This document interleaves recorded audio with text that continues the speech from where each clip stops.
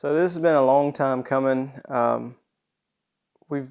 Me and Austin Lindsay, a good friend of mine, have been trying to put out music for a while. And whenever I got saved, I basically stopped playing music for like a year, and it just was one of those things. It just was. And then shortly after that, after about a year of being saved, then I started getting the bug to play music, but for the Lord. And so started writing songs, and so some of the songs on this album are kind of years old. I mean, 3, 4, 5 years old. And then some of them happened, and we'll mention that in a little bit. Some of them happened kind of on the spot.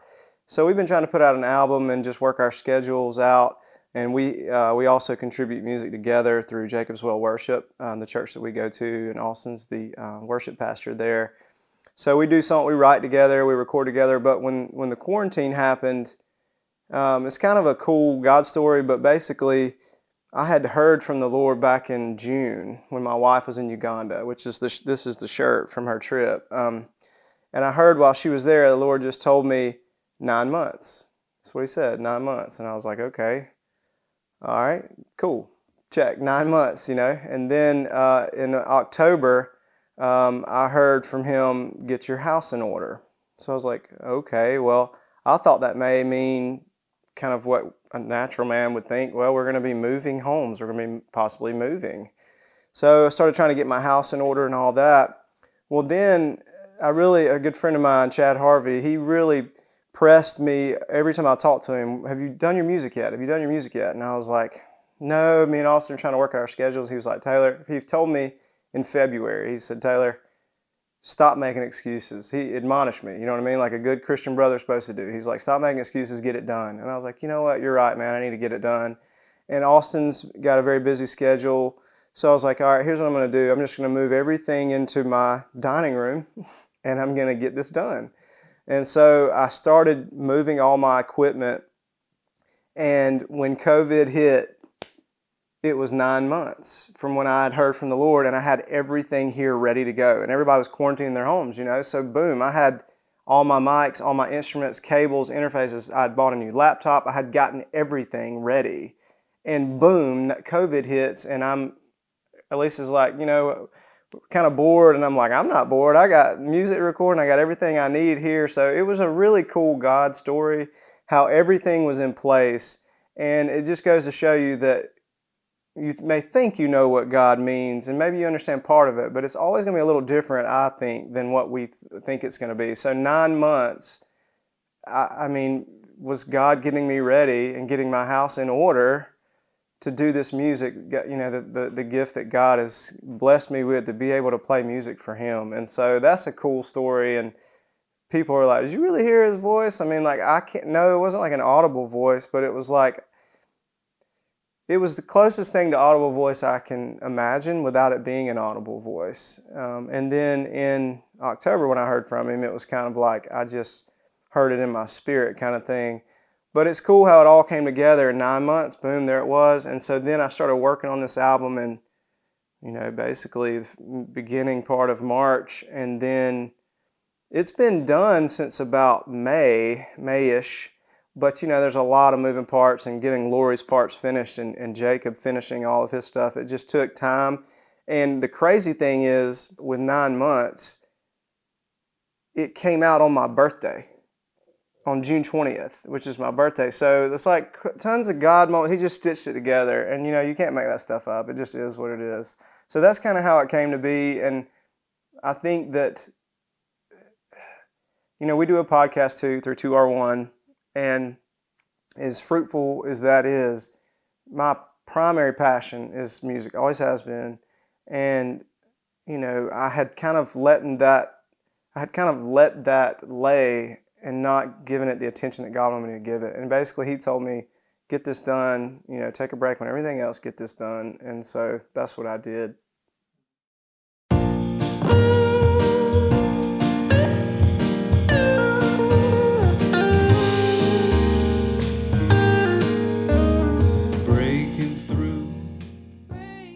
So Breaking Through, the first song, complete accident how that song happened, which is crazy. But again, I've got everything in my room in there, and I actually had sat down to finish the music for Elisa's song, This Moment. And I sat down and I had everything ready and I had set aside time that day and I sat down to do it. And I'm not a keyboard player by trade. Like I'm a guitar player and I've learned to get around on the keyboard and I've learned to get around on these other instruments because a good friend of mine, Drew Dixon, told me several years ago, if you want to do it, learn to do it yourself. Learn to do it yourself. And so I've been working on that for the last so many years. So I sat down and I was like, this is going to be a piano-driven song, her song. So this is going to be a piano-driven song. And I had written the melody of the verse and the chorus, but it had been a while since I messed with it, and I hadn't written the bridge yet. And so I was like, okay, I'm gonna start working on her song. And I sat down and I hit a chord, and I was like, ooh, I was like, wow, that sounds really good. And I was like, and I just started doing those first two chords, which is very simple. But this song, Breaking Through, is special for a lot of reasons. Number one, it just happened. Number two, it's the first song where I've really, as a keyboard player, done a good bit of what I'd always heard it called as layering chords together. And I'm certainly not an expert, I'm not a music theory expert, but there's some really cool things that can be done on a piano with the left hand and the right hand where you layer chords together and you create a lot of texture. And so when I hit those first two chords, I was like, you know what? I'm going to run with this. Her song will wait. This is a God moment. I'm going to run with this. And so I did that first little section. And then when I got into the part where there's like a solo, I really started layering some chords together. Probably not near as layered as some people as jazz musicians, but there's a lot of piano layering of chords in that song. And so for me as a musician, when I listen to it, it's an extra layer of complexity that I appreciate. I mean, everybody loves Christian popular radio. We all have a special place in our heart, but sometimes you want more, and you don't hear a lot of the complexity on the radio as you might hear on some of these kind of independent artists. So I wanted to add some complexity into that song, and then I really wanted kind of a jazz feel. There's a stand-up bass in that song, and then there's just the electric. So it's really just three instruments that drive the song, not including the drums. So four if you include the drums. But so that song was an instrumental song. I wrote it piece by piece, recorded it piece by piece, and it was instrumental. Didn't have any words, all I knew was breaking through. That's what I heard. I was playing it, breaking through. And, everything that's been going on in our world has really been heavy on me. Like I'm sure most believers and just most people who've been struggling. But it's just been very, very heavy on me. And I feel like God is all but yelling at everyone. Like I think everyone can look around. If they're willing to open their eyes and they're willing to look at it, there's no doubt that God is moving. God is speaking in our world. And so I just feel like He's having to break through. You know what I mean? We've had our ears clogged for so long, and now God has broken through the silence. He's broken through the monotony. He's broken through our busyness. He's broken through everything. And so that was the idea behind the song. So it didn't have any words really except for that. And so Elisa helped me write two of the songs on the album, and I really wanted her to finish that song. So it was an instrumental, and my mom, I would play the music for her. She's like, yeah, I think you just need to leave it as an instrumental. And I was like, no, I think I want to put words to it. So I asked Elisa, will you finish writing the words for us? She's like, yeah.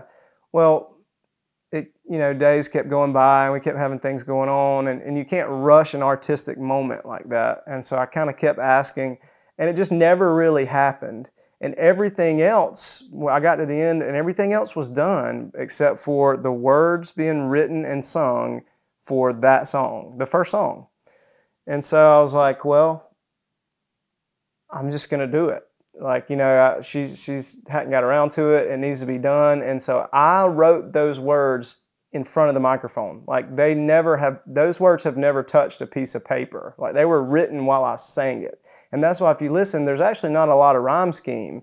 I mean, there is in the chorus a little bit, but like it was basically me in front of a microphone saying what I feel like is happening.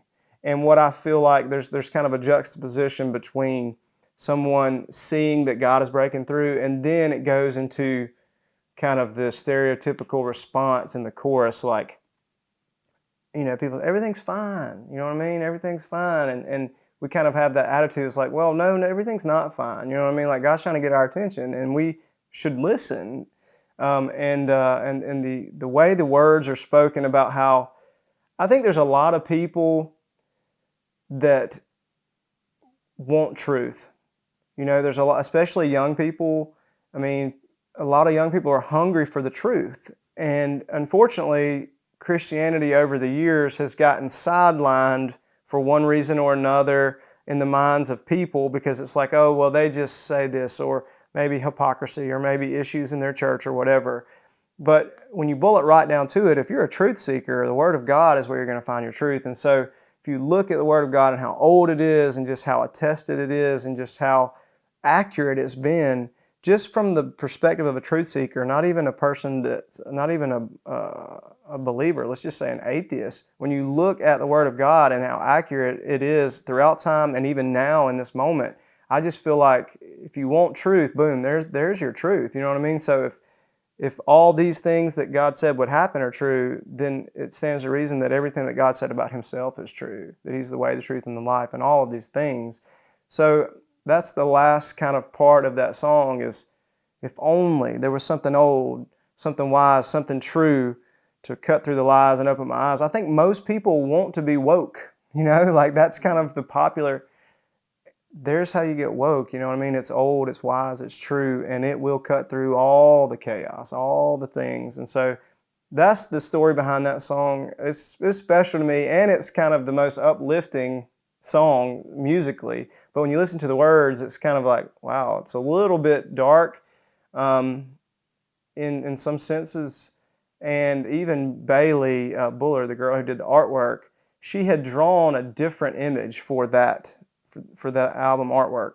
And I said, I like this one. She said, well, I had another idea for that piece of artwork, but it's kind of dark. And I was like, lay it on me. I was like, what is it? She was like, I really wanted a girl staring at the world as it crumbled. And I was like, draw it up. I was like, I think it sounds great. I think it's fitting. So it's pretty, but it's dark. It's true, but it's dark. And it's uplifting at the same time. So it's cool. I really like that song a lot. The tone of the guitar is awesome in that song too. So through all the plans on vessels to roam, you are the trade winds blowing me home.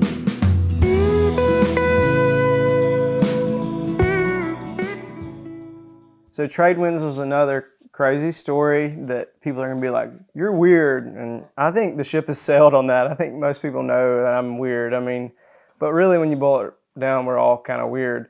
But this is not to toot my own horn at all. This is just telling what happened.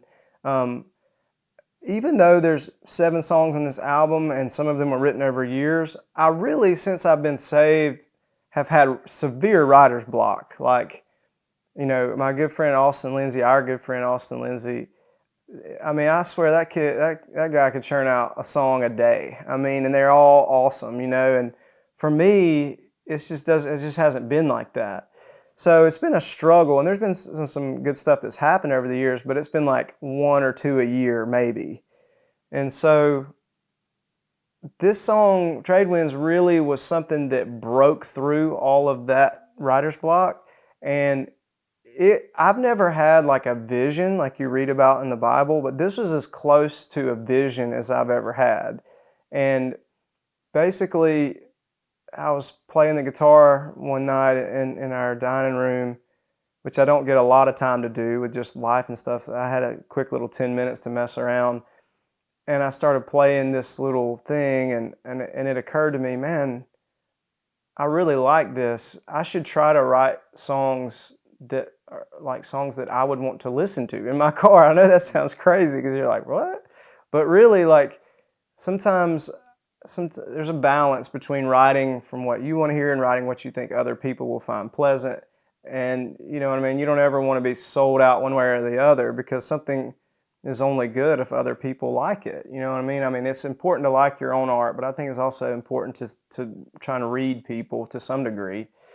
And so I was like, I really would like to listen to this kind of song and so I started playing it, and I had the beginning part for a little while. Well, then the words to that song came to me in a 24-hour period. and beginning to end. And I had the first little part, and then it was like 3 or 4 months, and then boom, God gave it to me all in one day. And when I was writing the words down, it literally was like I was not writing them down. Like God just was giving them step by step, line by line. And it's basically my story. It's basically my story told through forms of symbolism. About the first verse is about a prideful person that is the captain of their own sea. And then it goes in the second verse and says, surely the past is a guide to the plain, to the simple man. I used to think that way, I thought I had it whipped. I thought I had it figured out. And like all this ancient wisdom, whether it be scriptures or whether it be my parents or my grandparents, I just was like, I didn't have a reverence for that. And I just thought that I could do it. And it was all me. And God humbled me. And, really we are not in control. We're not in control, and God is the one pulling the strings in anything and everything. And the chorus really talks about that. We're just feathers on His breeze, really. I mean, He's taking us where we want to go. Yeah, you may think you're driving the boat, driving the ship, controlling the sails and all that, but God is the one driving. And so that song is my story, and God gave it to me with such a vivid imagery. I mean, there were times when I was writing down those words where I felt like I could reach out and touch the things that I was writing. I could see them. It wasn't like I could see them. It was, I guess the closest thing I compare it to would be like a hologram. I could just see it in my mind's eye, the things that I was writing, the sail, and one of the images that I love most about that song is the iron wings. It talks about wings of iron, and then it comes back around after the first chorus and says, after the wings of iron have rusted. Iron is a terrible thing to build wings out of. Number one, it's heavy. Number two, it's going to rust. And the wings of iron, I can still see in my mind's eye when I close my eyes. It's like I can touch them, and it's just the image in my mind of wings made out of iron is the image I see of the person I used to be. I literally thought these wings were awesome. You know what I mean? Like, I got some wings, I'm about to take off, and these wings are great. But it was just looking at it, seeing now, looking back, it's like God was thinking, those wings are gonna rust. You ain't gonna get off the ground with those wings. You know what I mean? Like, you need me to take that weight off of you. Because what you think is taking you to where you want to go is actually what's keeping you from getting to where I'm going to take you. You see what I mean? So that song is special to me. It's powerful. It's probably, in my opinion, the most well-written song on the album, only because it was so powerfully, divinely inspired in a day's time. So that one's special to me. And actually, the name of the album was going to be Trade Winds up until the last minute. And then I changed it to Breaking Through, which that was Elise's idea, my wife's idea. She's like, well, she said Breaking Through needs to be first because it sets up the rest of the album. So this moment is yours, Lord. Help me not to waste someone's eternity. Tomorrow may be too late. So this moment is another cool story. I really wanted her to tell this story. She's not huge on the camera thing. So she's told me to just do my best to tell it. But basically, this moment she wrote in Uganda in June 2019 when she went on her mission trip last summer. And that is the same time that I got the word from the Lord for 9 months. And so I didn't tell her that till she got back, but she texted me. I don't remember how many hours ahead or behind they are, but it was kind of like our night is their day. So we were texting, communicating at weird times, and she texted me and said, she texted me a picture of the words she had written down. And she's like, I wrote this song this morning while I was watching the sunrise in Uganda. See if you can put some music to it. And I was like, that's cool. You know what I mean? Like, she's sending me something from Africa, and like that would be awesome if I could have something when she got here, you know? But then I was like, man, that's a lot of pressure, you know? So I was like, I'm going to try. And sometimes, since I've gotten decent at the piano, sometimes I like to approach a song for writing from the piano because it just creates a different framework. I don't know how to explain it other than it can actually significantly change the sound and the direction and the feel of the song based on what you write it on. So I've written tons of songs on guitar, so I was like, I'm going to try this on piano. And again, this was last summer. And so I got the first part, and then I kind of got the chorus pretty quick, and then I just pressed pause on it for a long time. And I never really finished it. And we were having an issue getting her words as they were originally written to fit in to what I had written. But I didn't want to change the music. And so whenever I sat down to do this album in March, I was like, okay, there was a few things that weren't fitting. And I was like, okay, we've got to figure out how to change this to make this fit into this framework. And we did, and it turned out really well. In my opinion, this moment is probably the most well-produced song on the album. It just the consistency of the song, the way it sounds, and the way the dynamics are, and when the solo comes in during the bridge, after the bridge, you know, like it's just very well done, and it just worked out that way. But it's cool because it was half of it was written in Uganda, you know, watching the sunrise, and the other half was written in little old Nashville, Georgia, and it turned out really well, and it really shows Elisa's heart while she was there, the urgency of the hour, that, you know, she's in Uganda for this set amount of time, and now is the time. Now is the time, because you're not guaranteed. And really, we should all, as a church, have a sense of urgency about the gospel, especially now. God in His patience tarries so those who were lost might come to know. He paid the price for your sin. If you want to enter in. So Enter In was written probably out of all the songs, it's the oldest. And I thought that me and Elisa wrote that song together. And so I asked her, I was like, did we write this together? She's like, no, I think you did. And I was like, you sure? She's like, no, I think you wrote it. And the reason why I wasn't sure is because when I wrote that song, she was playing a decent amount of mandolin. And so we would play that together, and she had the little intro mandolin part on that song she would play. Now you really can't pay her money to play the mandolin. She just kind of, I don't know, she just won't do it. But so it was written for me and her to play like that. And I wanted something simple that's almost reminiscent of kind of folk type sound, you know, hymnal type feel.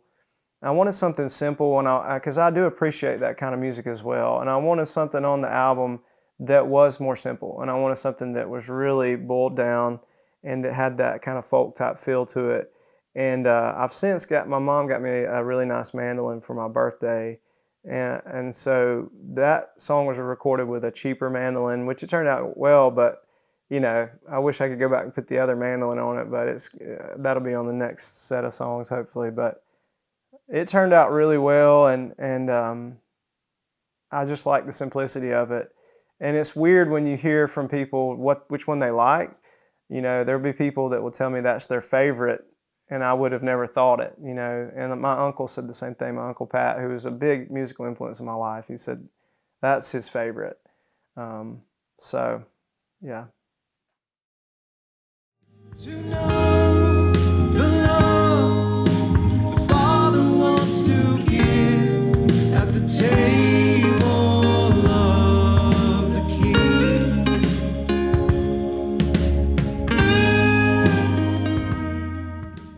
So this song is probably the second oldest on the album, and basically we go to a church here in our hometown called Jacob's Well that has a outreach ministry to the community called the King's Table that does several things, but one of the things it does is we feed people occasionally.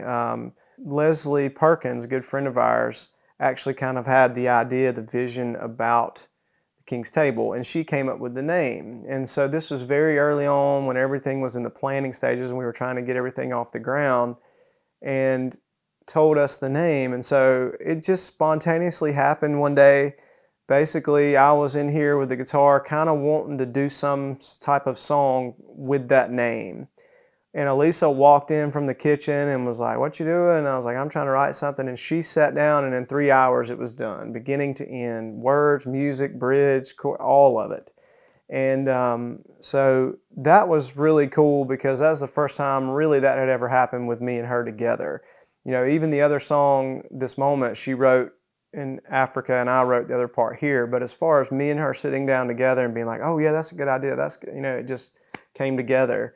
And really the only time, you know, if you listen to the song, the only time the phrase "the King's Table" is said is at the very end of the song. But it's all about, you know, just it's written with someone in mind who has just been through the ringer of life and is tired and weary and sick of it and looking for an answer. And that's what we hope to be in pointing them to the answer of Jesus through the King's Table. So the song was really written for that ministry. As far as the recording of that song, the song I've done acoustic and we've tried some other versions of it, but I really wanted to go a different direction with it this time, and I really wanted to get what I call a live room feel of that song, and I wanted it to sound kind of like you were in a room listening to a band. Less studio sounding and more live room sounding. And so that was what I was going for. And if you notice, it's really the only song on the album where there's just basically a foundation of organ through the entire song. It just organ the entire time. And I really like the band United Pursuit, and I drew some ideas from them on this song in terms of instrumentation. To me, the United Pursuit sound, a lot of times, it has a lot of space in the recording. Like, you don't feel like they've cluttered a bunch of stuff in there. And so I wanted it to sound like a live room, but I wanted there to be space. And so I put the organ there as a foundation, and then I just had the electric guitar and the bass. And so very little instrumentation, but I really like the electric guitar in that song. I really like how it moves between slide guitar and not, especially like the transitions with the electric guitar and the tone of it. And it really does sound like a live room, as much as can be accomplished when, you know, from a laptop in your dining room. But anyway, I thought that song probably turned out as one of the best sounding ones on the album. And, you know, originally when the song was written, the intro and the choruses and stuff, they didn't have a 2-measure turnaround where there wasn't enough time originally for the instruments to get to stand out a little bit. And when I was putting the tracks down, I was like, you know what, there needs more space. There needs to be more space for the instruments to breathe.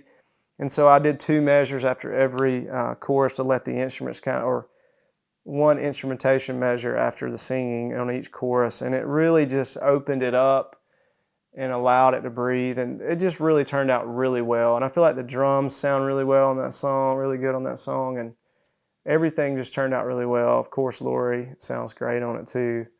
So that song's special for a lot of reasons. Your ways are good, faithful and true. Your burden is light, and you know what to do. So Your Ways is probably, it is the most personal on there for me, because that song makes me sad, and I'm hoping it doesn't make everybody sad, but there's definitely a serious tone to that song. It started out as you know, a couple years ago, I started it and never finished it, but it started out as I wanted to write a song that somehow tried to capture just how big God is. So Will I, to me, by Hillsong, captures it lyrically better than any other song I've ever heard. But that was kind of the mindset that I was going for. I wasn't modeling it after So Will I, but I was going for these huge ideas. And so I didn't go into space like Hillsong, but I thought, what are the things on earth that we as humans see and interact with that we just brush off as no big deal, but they're actually amazing, grandeur things that only a loving, good, intelligent God could do. And so I started out with those things, and it's talking about the limitations of man. And it's talking about, I think the second verse says something about, or the second line of the first verse says something about boundaries of the seas, and how man has not been able to tame them yet. And there's nothing we can do to tame the seas. And then the chorus is showing how, it's just talking about how God's ways are not only better, but they're easier. And God said, my burden is light. My yoke is easy, my burden is light. And we just strive and toil, when really if we just cast our yoke upon Him, things would be easier. Now, not in all aspects, but to look at the totality of our life, our stress level and our joy and everything, we would just have so much less stress and more joy if we would do it His way and just get under His leading, come under His direction and His ways. And that's the whole idea of the song and painting how big God is. But then it gets sad for me after the first chorus, because I still have close friends, people I'm close with, that never made it out, and people that are no longer with us. And it just,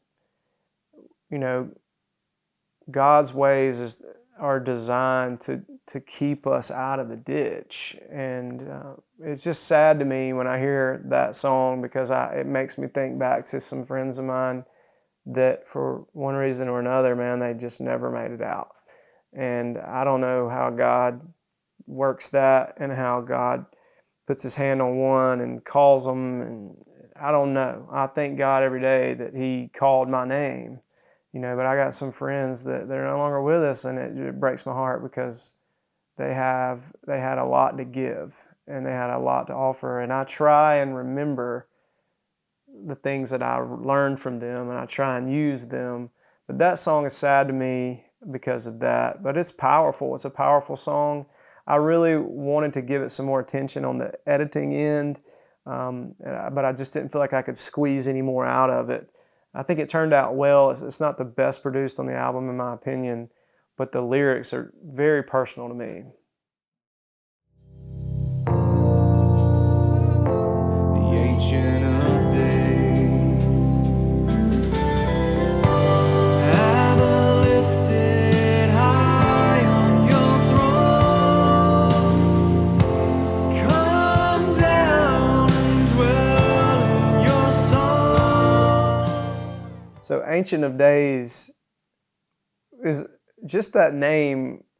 Thinking about it now, is a very daunting song to try and write. Like, you're going to name a song that, and what are you going to say, And so I really tried my very best, because of that pressure of knowing, man, a song like this, you better not mess this up, you know what I mean? This has got to be on cue. So I pulled as much straight from Scripture on that song as possible. And trying to change some of the words and make them fit into the pentameter or whatever. So I tried to stay as scripturally sound as possible, and pull straight from it. But I started out with just a little 2-chord progression, and I really wanted people to be able to put that song on, close their eyes, and feel like they can see it and they're there. And those descriptions that Daniel gives and Isaiah gives are just so vivid when they talk about them. And so it's basically pulled straight from Scripture. And then that song is really difficult for me to sing, and you and I have talked about this before. I considered strongly getting somebody else to sing that song just because, like, it's hard to sing for me. But then when the coronavirus happened, and God was like, "Man up," you know what I mean? I was like, "Okay." So the chorus is very climactic, but it's a very different type melody, and it's essentially a key change, which is weird. The chorus basically is kind of a key change. There's really bending some musical rules, and the way the chords come in and out, that it works, but it's certainly a curveball. But it's good because God is a curveball. You know what I mean? I mean, you look at the Jews back in Jesus' day. I mean, they thought they had him figured out. You know what I mean? And God's like, "No, I'm coming to do a new thing." You know what I mean? Like you don't know me like you think you know me. And I think that's still His word to us today. I mean, I tell young people all the time, if anybody ever acts like they've got it all figured out with God, you need to run from them, because they're dangerous. I think probably the two biggest issues in the church today are probably our just rigid grip on tradition, many of which is not in Scripture at all, especially the New Testament. And second, our materialism, especially in the West. So those two things, you know, I don't know, I think they're really handicapping the Western church right now. And so I like the fact that this song kind of breaks some musical barriers a little bit, symbolic in a way. And then in the bridge of that song, it gets really personal, and I tried to really kind of bring down the reverb on the vocal so that it sounded like you were closer to the person singing. And it's really getting in the mind of Isaiah. Like, I mean, you can imagine just seeing all of that he saw, being like, "Oh man, like I thought I was a good person. I thought I was." You just really, when put before holiness like that, you really realize just how much you fall short. And so I tried to capture that musically, even the way it's sung. Like, if you notice, the first half of the bridge of that song, Ancient of Days, is sung with a very weak sounding voice, because he's weak in that moment. Like, because I think many times you got to use all of those deep artistic tools to try and convey what you're trying to convey. Music should paint a picture. The words, I mean, I don't like shallow art. I never have. I don't like shallow music, shallow art. I mean, if YMCA is playing by the pool, I'll nod my head. You know, I'm not saying that it has its place, but I wanted something that was going to be deep and that people had to think about. And that song is very, very deep, but it's also scriptural. So.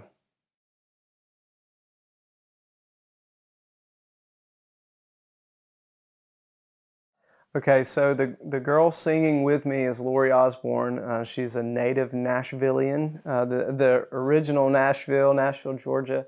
And she basically, I mean, I think she's like 21. And so, you know, once we moved back to Nashville and I started working at the high school, she went to our church and was kind of in the youth program. And so I just knew her and her family through our family. And now that she's grown up, and I just watched her grow up, and I watched just how talented, especially vocally, that she is.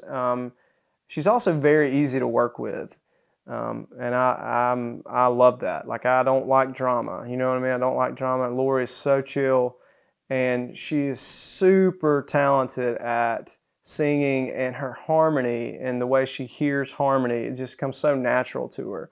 And so I knew, and her voice I felt like would be a good pairing with my voice. So all of those things together, I kind of knew early on that I wanted to ask her. And so I called her one day. I was like, "Listen, you know, I know you got a lot going on." She's like, "Actually, I really don't, because we're in quarantine." I was like, "Well, would you mind singing on these songs, and I can send them to you, and we wouldn't have to see each other. I could just send them to you, and you can send them back." She's like, "Absolutely." So I sent them to her, and I've since been in her situation where I had to sing to someone else's, and I've since learned just how hard that is, because you have to, if you want to harmonize, you have to, the cadence has to be right, and you have to take a breath when they take a breath, and there's a lot of ins and outs to it. So it took her longer than she thought it would, and it took her longer than I thought it would, but it's okay because I had other things going on, and I was able to multitask. But basically she said, so what parts do you want me to sing? And I said, could you just harmonize everything? And then I could just pick the parts that I want. She was like, sure. And she did, man. She was so gracious about it. And she worked hard. And I think she recorded some of it in Dahlonega, some of it in Nashville, some of it at her parents, her family's farm. And like, just, the age that we live in, you can do that. And the last couple songs, she didn't know what I wanted her to do. And I told her, I said, I think you need to come over. We'll do it at my house so that I can tell you what I want you to do. And so the last song that we did was Breaking Through. And I told her, I said, I want this to be kind of a call response in the beginning. I want you to repeat me. And so she did, and she's very humble. And so I had to push her on that song. I was like, let loose, Lori. I was like, I want you to slowly build your vocal parts so that they don't sound the exact same and that you're building the intensity. And I pushed her on that song, and I'm glad that I did. I think it turned out well. But that's how, she's basically, I consider her like another daughter or a niece or something.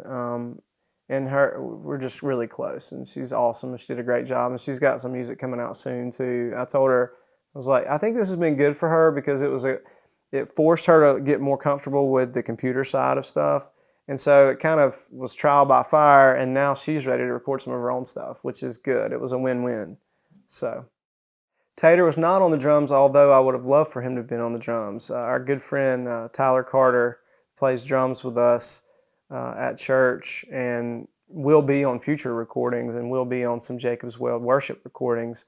But for anybody that's ever recorded music, especially live drums, you know how it's a huge undertaking to record live drums. You're talking about 10 or 12 microphones, cables everywhere, and mixing drums. It is, wow. It is a lot.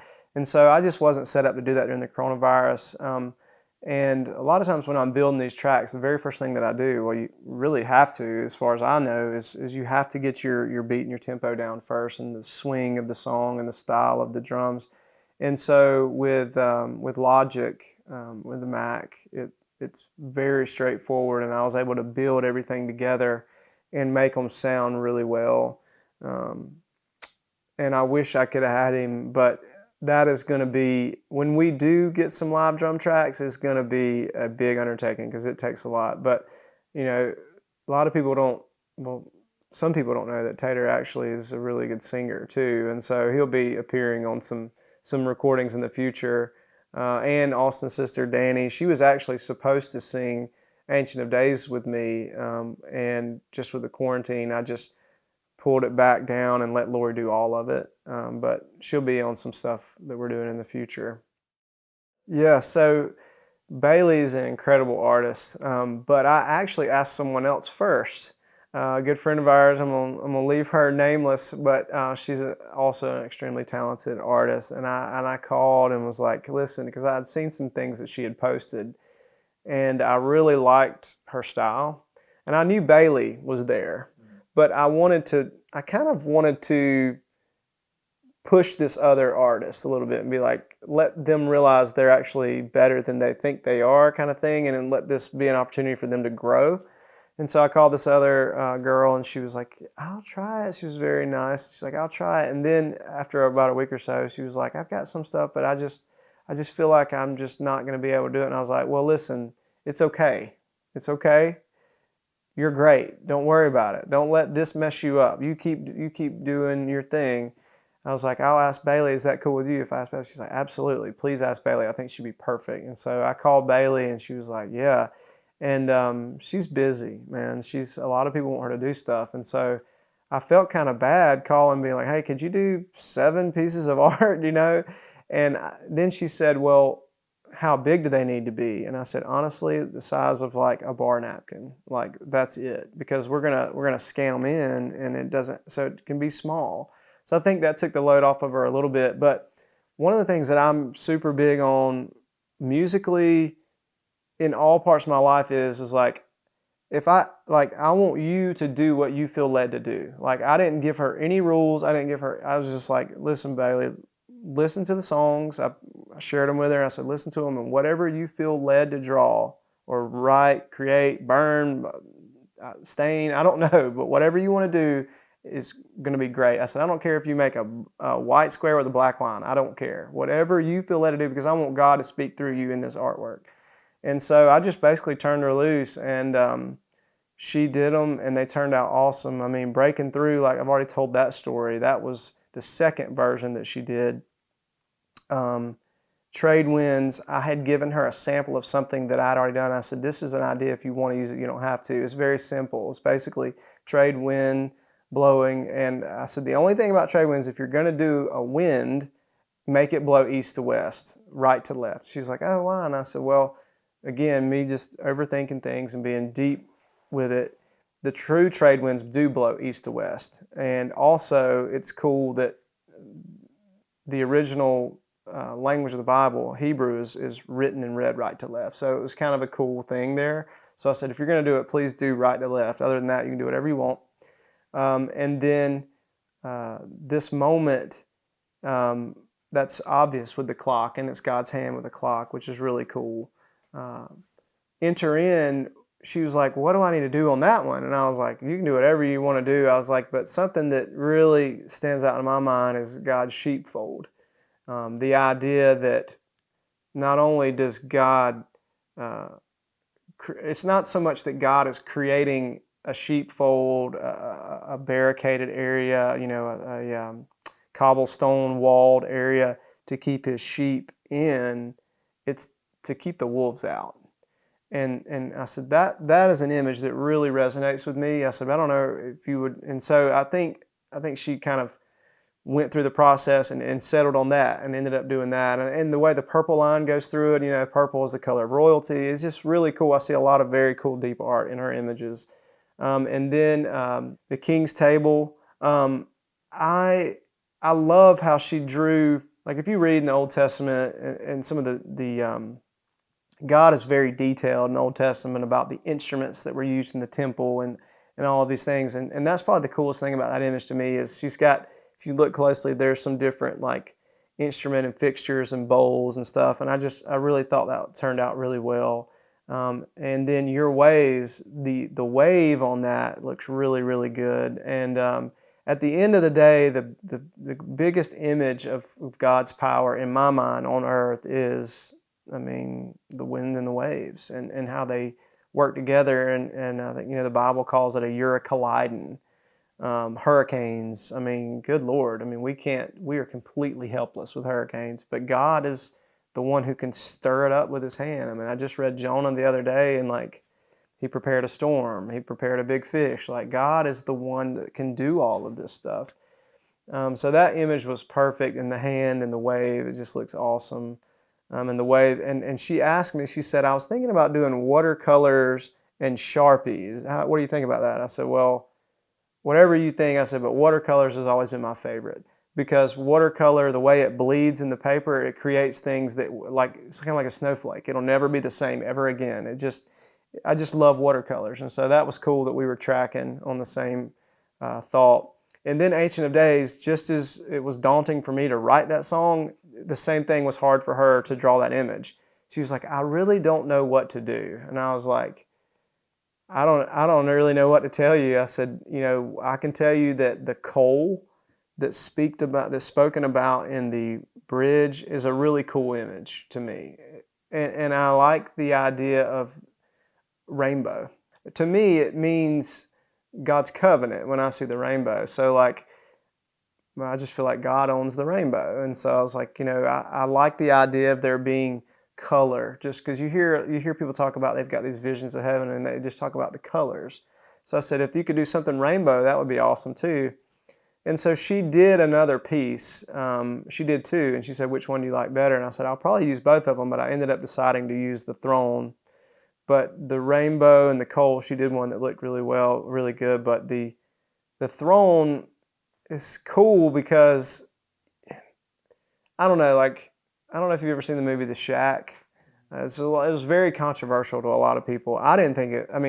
The thing that people got upset about God being a woman in the movie, I was like, so what? God spoke through a donkey. He can do whatever he wants. But I don't think that movie was saying that God is a woman. I just think that it was God is speaking through a woman to this man because he knew that man needed to hear from a woman.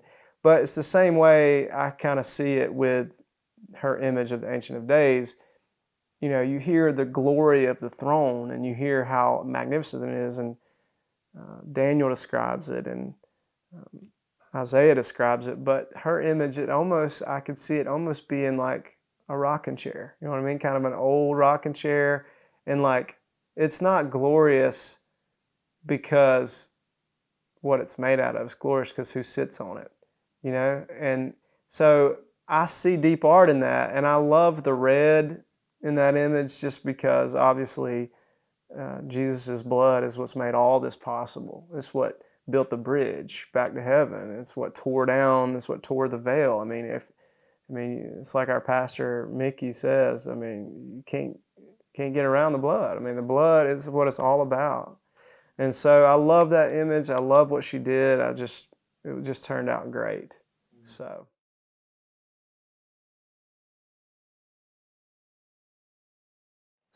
again, I published it on my birthday, but that was just to our YouTube channel, 2R1. You can go search 2R1 on YouTube and find our channel. And then through my distributor, which you have to go through a distributor for things to be published digitally. And my distributor basically published it to all of the online platforms, and there's tons of them, like weird little symbols that I think are like just for China and stuff. Like, so it's everywhere, all these weird digital platforms and the major digital platforms as well. But it is live on Spotify now, iTunes and Apple Music, which are the same thing. It's on YouTube, and you'll see 2 different publishing dates. Again, I published it on June 20th on YouTube, submitted it to be published on June 20th, but it didn't go live on all the other platforms. There were some issues, like they're very strict about things, and like Bailey had signed her artwork, all of her artwork, she had signed it as Bailey. Well, they're like, it says Bailey on the artwork, but it has Bailey Bullard in the credits. Like, that's a discrepancy, you need to fix that. And I'm like, are you serious? Like, I don't want to take Bullard off of the credits. I want people to know her full name. So I had to go and basically add Bailey Bullard to the bottom right corner of the artwork just to meet. And so little things like that kind of held it up. But everything was submitted on my birthday, June 20th, and then it's now available on all the major platforms, probably the 2 biggest being Spotify and Apple. Yes, I'd published under my full name, Joseph Taylor Strickland. I don't know, I just felt like that was something good to do, and it would be different.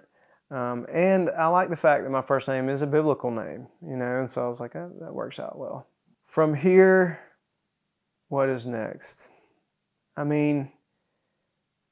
tell my students all the time, if I had it my way, I'd be playing music full time. But I don't want to be touring everywhere. I would like to be like someone who writes and records songs that other people do, and that I just play maybe 50 shows a year, something like that. That would be ideal. That's obviously not happened yet, and it's not the season for that. And God is moving in the world, and all of that is stopped anyway.